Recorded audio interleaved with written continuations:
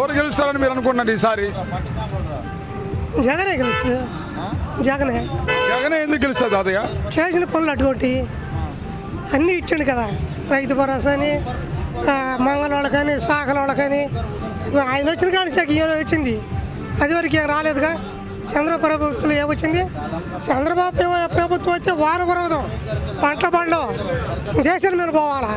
ఆయన కట్టేస్తారు ఓటు, జగన్కే వేస్తారు.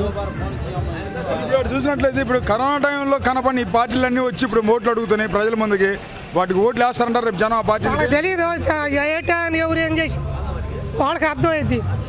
ఆయన కాడికి ఓటు వేసేవాడు తెలియకల్లోడు, ఏమన్నా పాల ఉంటే ఉండొచ్చు, అంత తేలికే వేయరు ఓటు. చూసినట్లయితే ఏదైతే ఉందో కరోనా టైంలో రాష్ట్ర ప్రభుత్వం సేవలు అసలు వెలకట్టలేనివి, అలాంటిది వాలంటీర్లు మీకు అన్ని పథకాలు అన్నీ అందించారు కదా. ఆ వాలంటీర్లు ఏదైతే ఉన్నారో సరిగ్గా పనిచేయట్లేదు, మా ఇళ్లలో మనుషులు డోర్లు కొడుతుంటే పవన్ కళ్యాణ్ అన్నాడు కదా. ఆయన డ్యాన్స్లు వేసేవాడు, మరి ఏం మాట్లాడతారు? ఆయన రంగు పూసుకొని డ్యాన్స్లు వేసేవాడు. మన గెలిచిండా ఇప్పుడు కాలంలో, ఇంకంతే ఏమీ లేదు ఆడ. మరో నన్ను ఒకసారి చూడండి నమ్మండి అన్నాడు చంద్రబాబు నాయుడు. 3 సార్లు చూశారు కదండి, కొత్త ఏం కాదుగా, పాతోడే కదా. ఆయన చేసింది 3 సార్లు ఏం చేసిండు? ఈ రైతు కోసం ఎడకపోయింది, పింఛన్ ఎడకపోయింది, మంగళవాళ్ళు ఎడకపోయారు, శాఖలోళ్ళు ఎడకపోయారు, చెప్పులు కుట్టి వాళ్ళు ఎడకపోయారు.